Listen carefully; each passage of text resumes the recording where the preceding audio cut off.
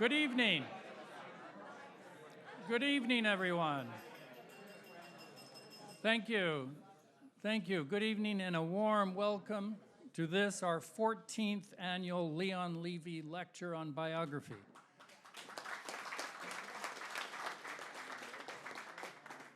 My name is Kai Bird, and I'm the director of the Leon Levy Center for Biography, a wholly unique institution hosted by the Graduate Center of the City University of New York, and founded by Shelby White, who's with us tonight, and the Leon Levy Foundation.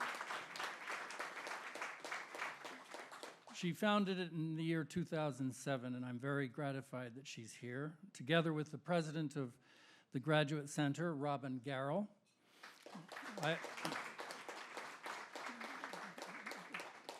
I also want to thank Thad Zilkowski, our hardworking associate director, for all his wisdom these past few years. And thanks also to Wendy DeMarco Fuentes, Karen Sander, Tara McDonald, Molly Yin, Jimmy Koch, and all the other folks at CUNY for helping to organize this dinner. We are meeting tonight before a small live audience. This is our very first live event since the pandemic hit. But we are also joined by hundreds of other lovers of biography who will be watching this event via live streaming. Welcome everyone, whether you're here virtually or not. Unlike all our other Leon Levy events, this evening is a formal lecture, so there will be no Q&A at the end. Each year, we select an eminent biographer to give the annual Leon Levy Lecture to talk about a theme related to the art and craft of biography. I've always believed that biography is not only the best vehicle for conveying an understanding of history and the human condition, but it also happens to be the most difficult and sometimes obsessive of scholarly pursuits.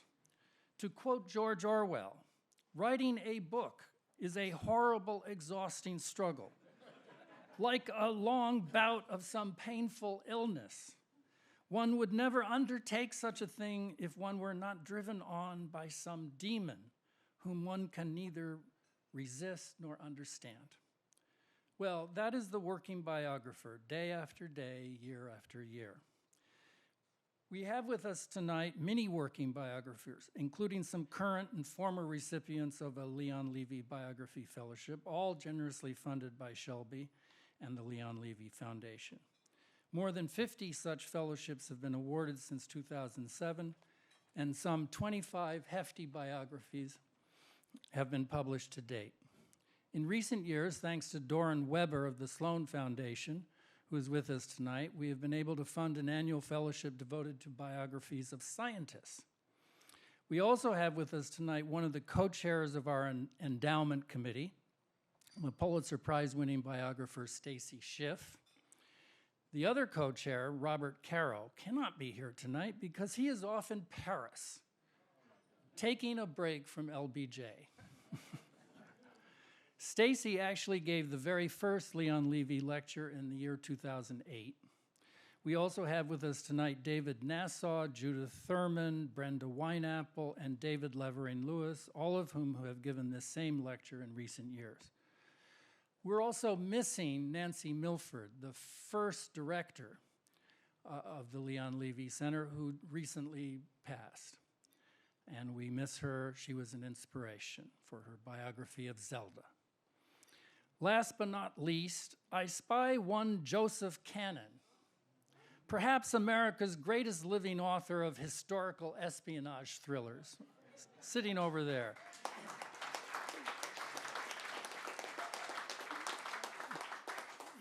He's sort of a biographer, but one who writes without footnotes, you know? So we can't count him as one of the brethren. Sorry, Joe. Now it is my great pleasure to introduce the 14th Annual Leon Levy Lecturer, Annette Gordon-Reed. Professor Gordon-Reed is the author or editor of 7 books, including Thomas Jefferson and Sally Hemings, An American Controversy, Andrew Johnson, the 17th President, Race on Trial, Law and Justice in American History, Most Blessed of the Patriarchs, Thomas Jefferson and the Empire of the Imagination, and the Hemingses of Monticello, An American Family, a stunning book that won both the Pulitzer Prize and the National Book Award.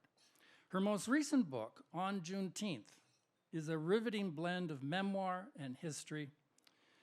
GordonReed, who is the Carl M. Loeb University Professor at Harvard University, has received numerous honors, including a MacArthur Fellowship and a National Humanities Medal. I want to point out that Annette mentions in her memoir that when she first entered first grade in Conroe, Texas, her parents insisted on sending her to Hulan N. Anderson Elementary, where she was the only African American in a classroom of some 25 white students.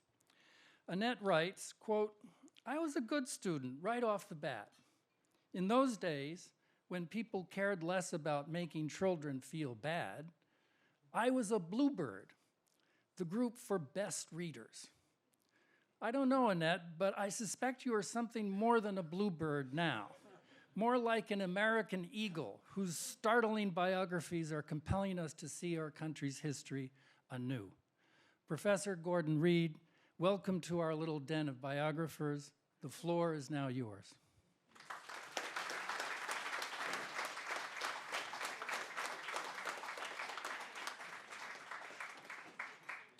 Thank you very much for that introduction.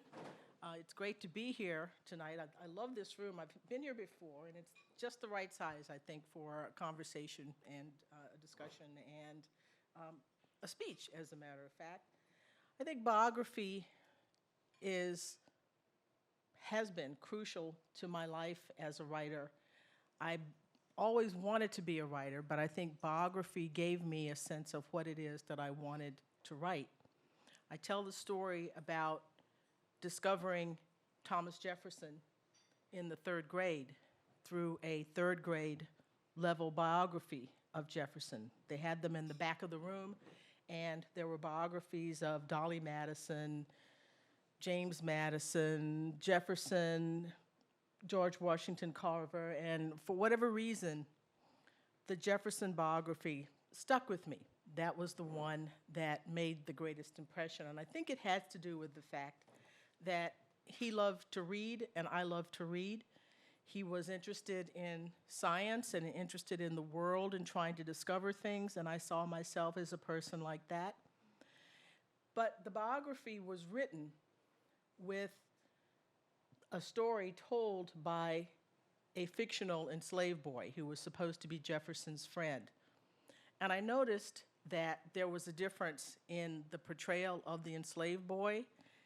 He's Jefferson's friend, and he's always exasperated at Jefferson because Jefferson is, he always has his nose in a book.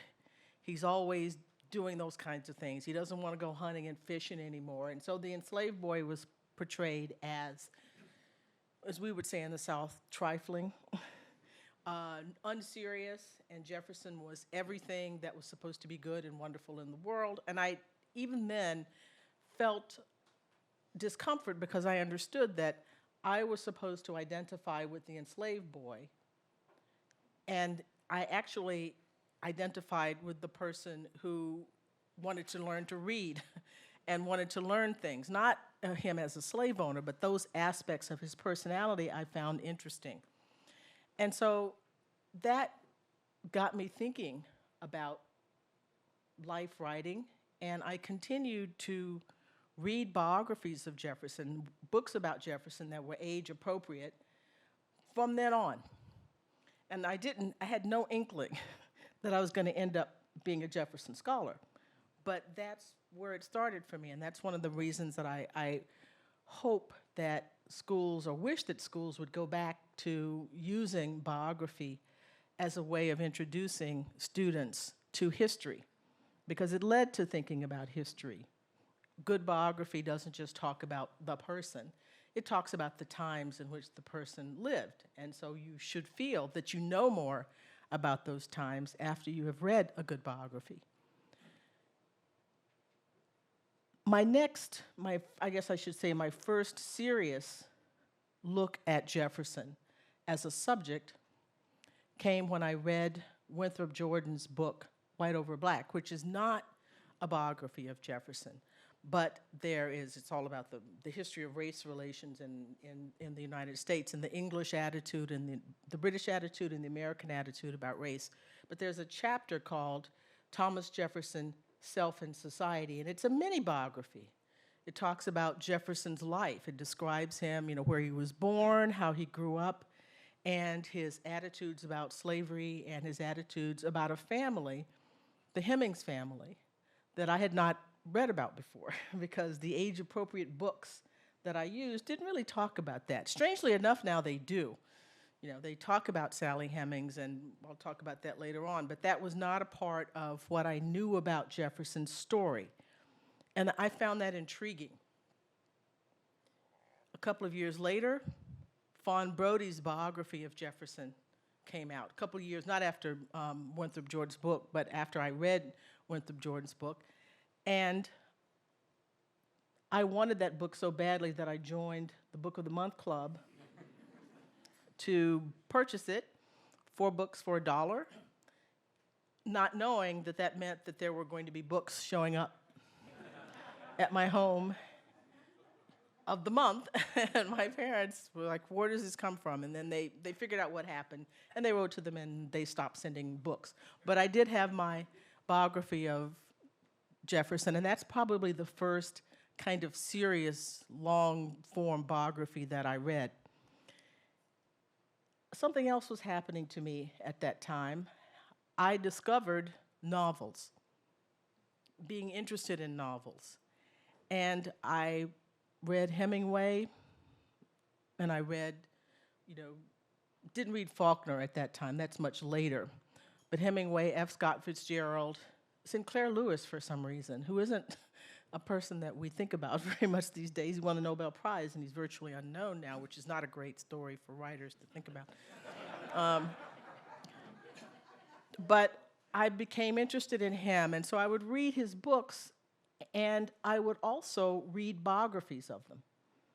For every author that I got interested in, I would read the biography to try to figure out what made this person write this, how did this person do it? Because I knew I wanted to be a writer, and I think reading biographies was a way for me to figure out, how did they do it? How did this happen? And of course, as you know, there are all different kinds of paths to what they were doing. There's no one formula, but I was searching for that, probably unconsciously, that's what interested me in this. And not just those kinds of writers. James Baldwin, I became very interested in him, and there was not a biography of him at that time, but I read articles that were about him and about his life, and I paid attention to the way he told his particular story, the story of his life. And from that, I think I learned that, different people had different perspectives on the subject. The biographers of, say, Theodore Dreiser would have one view about his feud with Sinclair Lewis, and Sinclair Lewis partisans and biographers would have a different view about their rivalry. There's a story about Dreiser slapping Sinclair Lewis, the slap heard round the world, it was called. And they had different stories. People, depending upon who wrote the book, they had different perspectives. Who was at fault? And that was a valuable lesson to me, because I realized history and biography, those kinds of things are not one set story that is true to everybody, is that different people have different perspectives. And so I did this was sort of the sort of way I spent a good part of my time as a teenager, and in addition to being in the band and the debate society and all those kinds of things, that was my sort of fun. The thing that I love to do is to read novels and then find out whatever I could about the person who wrote them. And that continued, through college and through my time here. When I moved to New York City, the New York Public Library was a destination for me on Saturdays. I was practicing law as an associate. I probably should have been doing that. But I was drawn to this place because I could continue in this odd kind of habit that I had, is sort of thinking about people's lives and thinking about controversies. I could do a book about literary feuds, I think, if I actually put my mind to it, because I loved seeing the conflict and seeing how they were resolved in these pages. Fast forward, 1994, there was a movie to be made about Jefferson called Jefferson in Paris. And even before the movie was made, maybe, even certainly before it was finished and before it came out, there were lots of comments by historians and other commenters who said, because the movie was going to treat the story of Jefferson and Sally Hemings, that Jefferson had a long-term connection to Sally Hemings and had children with her, an enslaved woman on his plantation. A number of people said that's absolutely not true. There's no evidence for that. But because of my sort of eccentric interest in Jefferson over the years and this pattern that I had of reading biographies of him and other people, I understood that there was evidence. It may not have been proof, but there was evidence. In Fawn Brody's book, Biography, there were two recollections at the back of the book, one by a man named Madison Hemings, who claimed to be the son of Thomas Jefferson and Sally Hemings, and one by a man named Israel Jefferson. His real name is Israel Gillette, we know now, but he was given the name Jefferson. And they say that this is true, and they talk about it. There was not proof that this story was true, but it was evidence. And I found myself really offended by the idea that enslaved people could talk about something that happened in their lives, something that was common. In every slave society that's ever existed, there have been children, offspring of the male enslavers and female domestics, female workers. And so it shouldn't have been treated as though it was something weird, but it was because of who Jefferson was. And so I went to the New York Public Library, and I sat in the Rose Reading Room, and I was going to write an op-ed. And I started writing the op-ed, and it got longer and longer.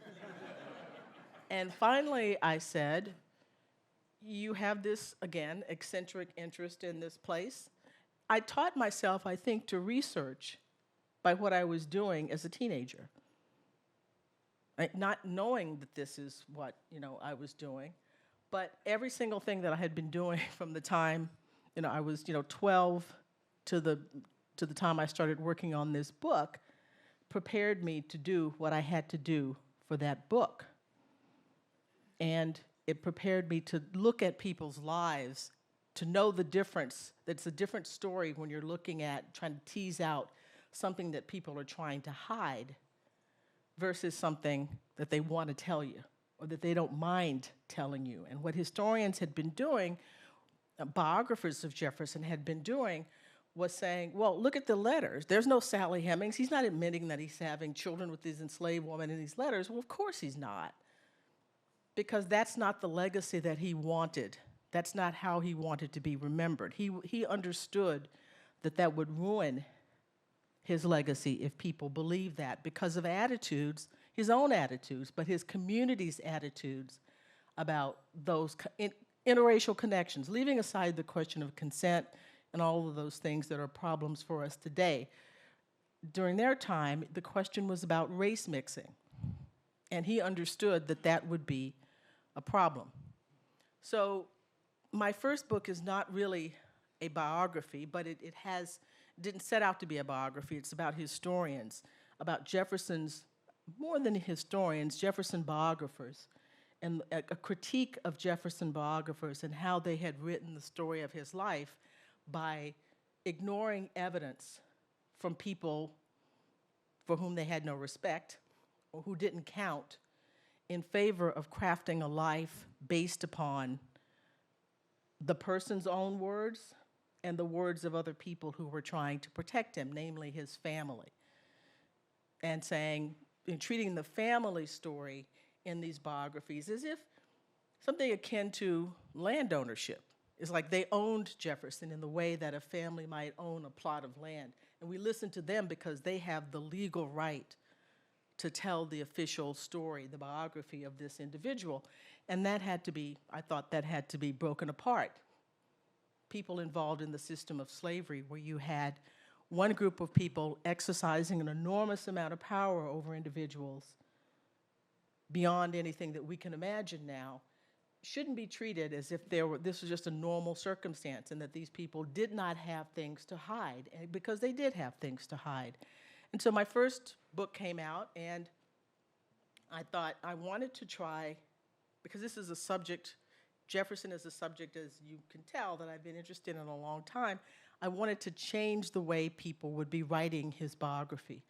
I wanted the Hemings family to figure into the story in a way that they had not up until this point, and to make the point that you can't really understand Jefferson as a person without understanding the institution of slavery and how that shaped his life. And people were writing about him basically from the position that the only important thing, or the main important thing about him, was that he's the principal author of the American Declaration of Independence, that he was the president, the founder of the University of Virginia. I could go on and on and on. All of those things are true, but if you want to write about the individual and understand the individual, you have to understand the fact that he lived up on a mountain at various points in time with upwards of 200 or 250 African-American people, with nothing but maybe his daughters at some time and a few white working men. And he interacted with those people on a daily basis. And he talked about them.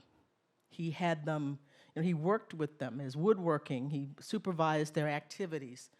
And he had children with one of them. And his wife's father had children with had six children with an enslaved woman, one of whom was Sally Hemings. So Sally Hemings was his wife's half-sister. You can't tell a story of a person, you can't think about what that life was like without using that material, thinking about that material. And historians and biographers, and I'm putting these two together here, basically shunted that to the side. And I think a lot of the reluctance was not just about not believing it, but if you think about how that complicates the story of his life, and what kind of person he was, what was his life like? Did he struggle over this? Was this a problem? Did this make him unhappy? Unfortunately, all of those kinds of things will have to be left to fiction to answer those questions, but raising them, pointing these things out, changes things. When I'm writing, I could say, so the first book comes out, the next year, DNA corroborates what I said in the first book and changed many people's attitudes about Jefferson, and so now there's a different way of writing about Jefferson. But I thought that's not really enough to do. I mean, this is a person who, there's lots and lots of information about him. He manages to keep records of almost everything. He has a memorandum book. He puts down all of the transactions that he ever engaged in, monetary transactions from the time he's in his 20s until his 80s. It's the 2-volume, over 1,000 pages. I went today and spent $3.60 on a Starbucks coffee. Write it down. That's the kind of thing. This very compulsive thing that he did. So you know a lot about him. He's in over almost 20,000 letters. He's a person who gives a lot of information without being particularly informative. There's no diary. John Quincy Adams, John Adams, they have diaries and they crack on themselves and make jokes and are he doesn't do that. He says his letters are his diary, his biography in a way, but those are very crafted, things that he worked on very, very hard and arranged them in the way that he wanted people to read them, and was very orderly about that. But there's a lot to work with, but he is still to people very, very mysterious. So after my first book came out, after the DNA came out, and we understood that there's this whole new element, adding a woman and 7 children, 4 who lived to adulthood, to a person's life is a big deal. I mean, what's up with that? I mean, he's got grandchildren who are living at Monticello at some point after their father fails, and Jefferson's daughter brings her 12 children to live at Monticello. And there's this, what we call a shadow family, with an enslaved woman who are the same age as his grandchildren, and they're running around together. So you can't do that without rethinking the story of life at Monticello. And so what I wanted to do with the Hemingses of Monticello was to try to write a biography, and the title of this talk is, writing the lives of people who are known and unknown. Jefferson obviously would be the known person, and we have a lot to work with. And the Hemingses are more or less unknown, and I think one of the reasons it was easy to dismiss them as a subject or not listen to their story is because people did not know who they were. They were thought of as an enslaved man, an enslaved, woman or whatever. When Malone and others talk about Jefferson going to Paris with James Hemings, which is one of Sally Hemings's brothers, or when he's talking about them coming back, he refers to them as, or Robert Hemings, they're referred to as Jefferson's servants. But if you refer to Robert Hemings or James Hemings as actually his wife's half-brother, enslaved half-brother, it changes the way you think about these people, because they knew this. And even if we don't know how they felt about each other, you have to understand that that's not a totally arm's length. It was not a totally arm's length connection. His treatment of them shows that connection made a difference to him.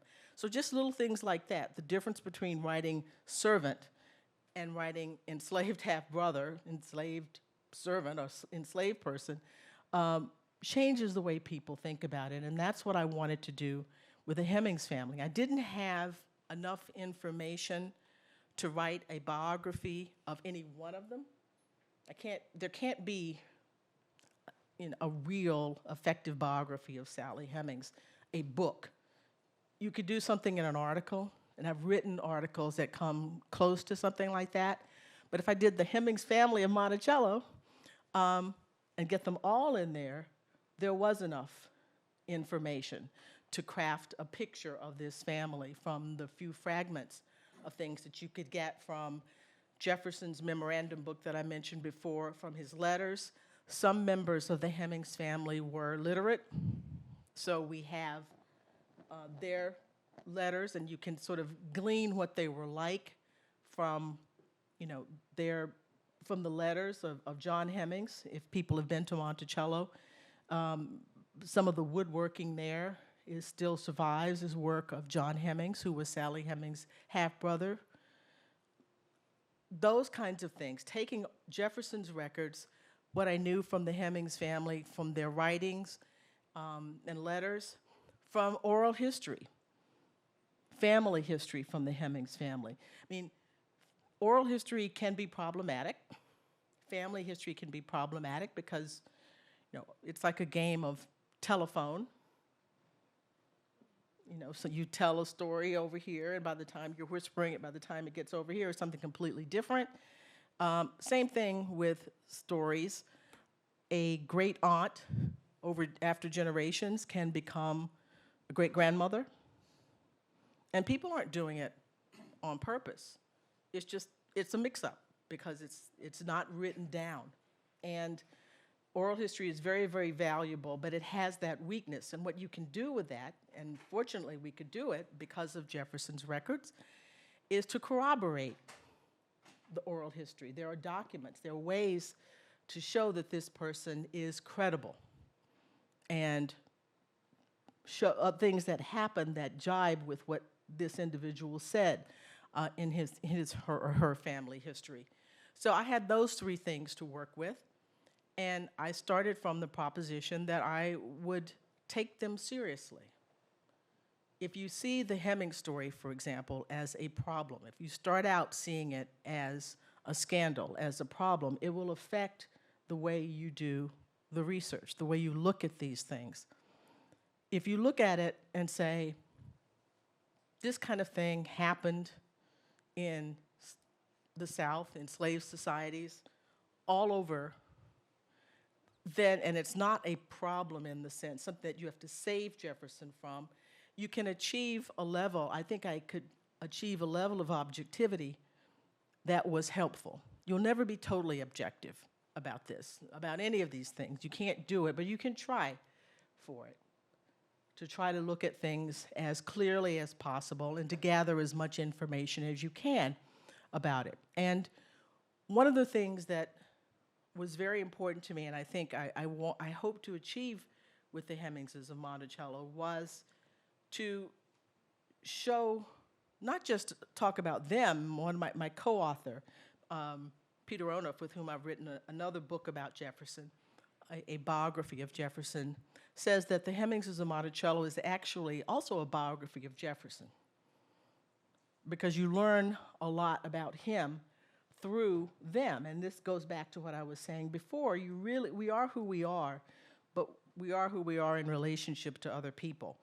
And he had relationships with not just Sally Hemings, and I don't mean relationships in the terms of sex. I mean, you know, they make no sense without the web of connections to her mother, to her brothers, to her uncles, all of those people. They were part of a network of connections that mattered to the Hemingses and mattered to Jefferson as well. And one of the hardest things to do, and for me, was to try to stand outside of my own feelings about this. I construct Jefferson, say, as an enemy of the Hemings family, the enemy of Sally Hemings. And when I was writing my first book, a question that I was asked all the time about her life, was why on earth would she come back from France, where she had a chance for freedom, to live with Thomas Jefferson? And people asked me that, and I didn't have a satisfactory answer for that when I was working on my first book, when I was focusing in on the argument about what biographers had done. I was really looking at them, and the book was about them. The Hemingses are part of the story, but it was more about their writing. When I was writing the Hemings family story, I had to think about them in the way that I wanted everybody else to think about them, as individuals, in the context of their time, and looking at the things that they knew about the society around them, the world around them, and to try to recreate that as best as I could. And it wasn't until I'd gotten through the book and had done the book that I understood better, still don't, understood better why she felt that that was the best thing to do. I understood what her family meant to her, because I had spent time going through all of the letters and learning of the things that had happened in the family and how they had responded to it.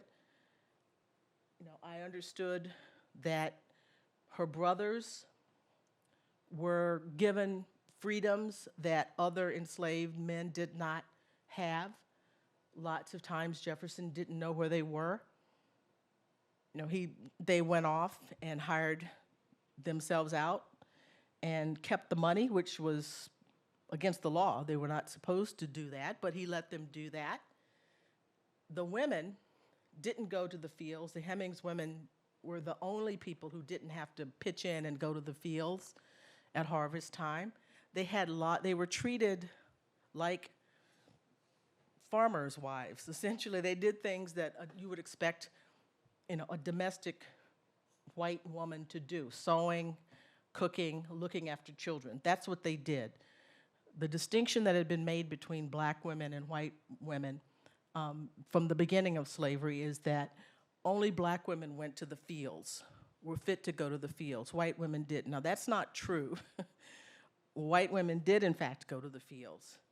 But, you know, people very often judge society by what middle class to upper middle class people are doing. That's the standard. But of course, poorer white women went to the fields. But the Hemings women didn't go to the fields. And I'm thinking of a teenage girl who saw that happen, saw her family treated in that way, how she might view him in the context of that time. I see him as enemy, and she may well has too, but enemy nevertheless, who has created a different life for my family. And I might be able to make it out of this in a way where I could get my children free out of the institution of slavery and end that in my line. I mean, just think of what it would be like to be a woman and to know that slavery, the institution of slavery, came through you. When the English colonists came to America, the rule was you were what your father was. And they switched that to decide, in Virginia at least, and then eventually everybody adopts this partus sequitur ventrum. You are what your mother is. And you could think about what difference that makes for slavery if it had continued to go through the male line. Men could have many, many more children than women. The sexuality of women was much more controlled than that of males. Otherwise, you would have a large class of mixed race free people creating all kinds of problems. So by coming back with him, the story, if people haven't heard it, the story is that she and her brother James had a chance for freedom in France, and she nevertheless decides to come back with Jefferson after he promises her that she would have a good life at Monticello, and all of her children, any children they had, would be freed when they were 21. And, you know, again, people asked me when I wrote the first book, why would she go for that? Aside from the fact of being a teenager and not, you know, the teenager. Now, I don't think the category of teenager really did not exist in the 18th century in the way we think of it. I think of, you know, a 16 or 17-year-old as a child. They would not have been thought of, she would not have been thought of as a child during that time period. The age of consent in Virginia during this time period was 10. They raised it to 12 in the 1820s, and it stayed that way up until the 20th century. I mean, you know, the 20th century is when you really get the sort of increase in the age of consent and understanding of when a person becomes an adult. So from doing this book, doing the Hemingses of Monticello, expanded my understanding of this family, what this family was about, what it meant to Jefferson, and Jefferson's own, you know, sense of himself, of who Jefferson was.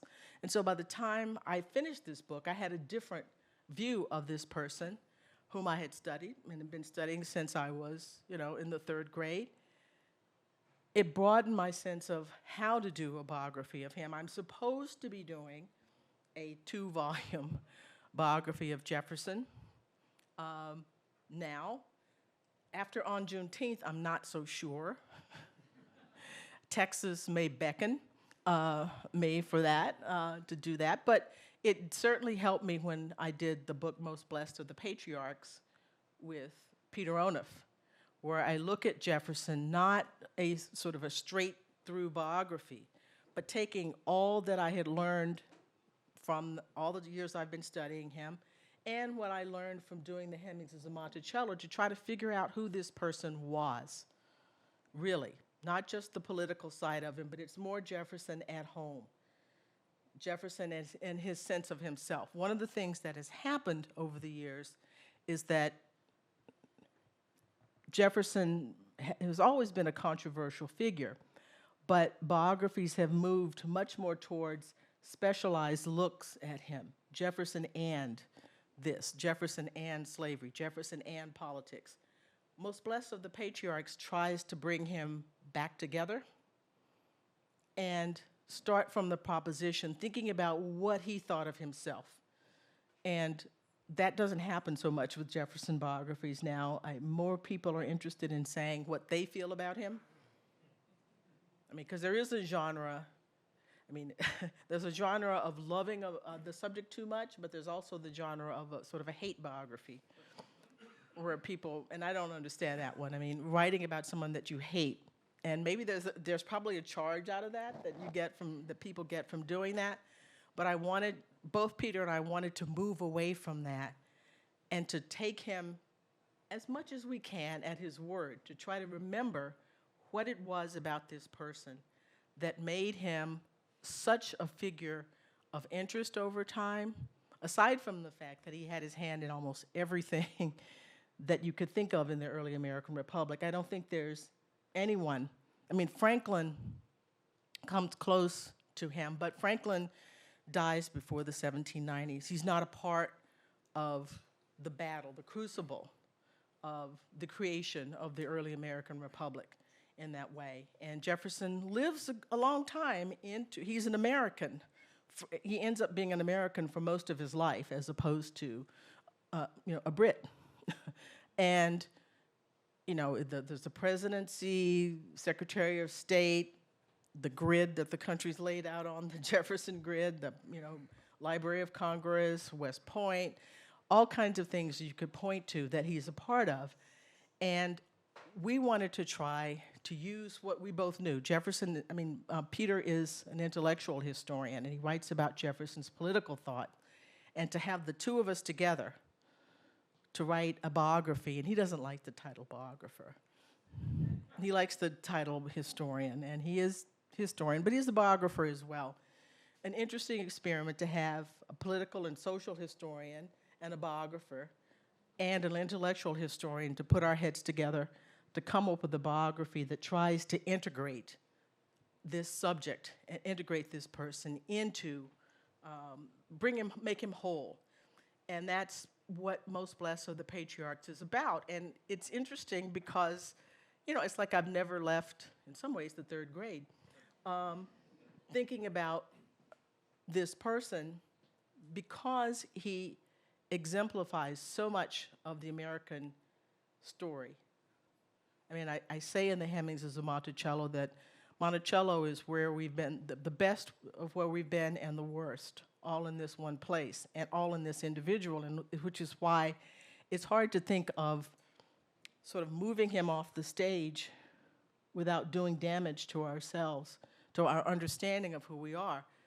The flawed beginning, the idealism that's a part of the American character, trying to work through these flaws. And so he remains an evergreen topic for me. The Hemingses remain an evergreen topic for me because it shows America in a way that I think when people go up to the mountain or when they read biographies of Jefferson, you can sort of understand who we are. And maybe that's what I was looking for, too, as a kid, trying to scope out what it was like, how we got to a point where I lived in a society where when I went to the doctor, there was a separate waiting room for whites and blacks. When we went to the movies, we had to sit in the balcony. And my father, who had been a Korean War veteran, when he came home to that society. And I integrated our town school, the schools in our town, and I wanted to figure out what this was all about. And writing about this person's life, understanding this person's life at the beginnings of our society was a way for me to do that. And I've been eternally grateful that I ran into that biography so long ago because it's put me on the path to where I am today. So thank you.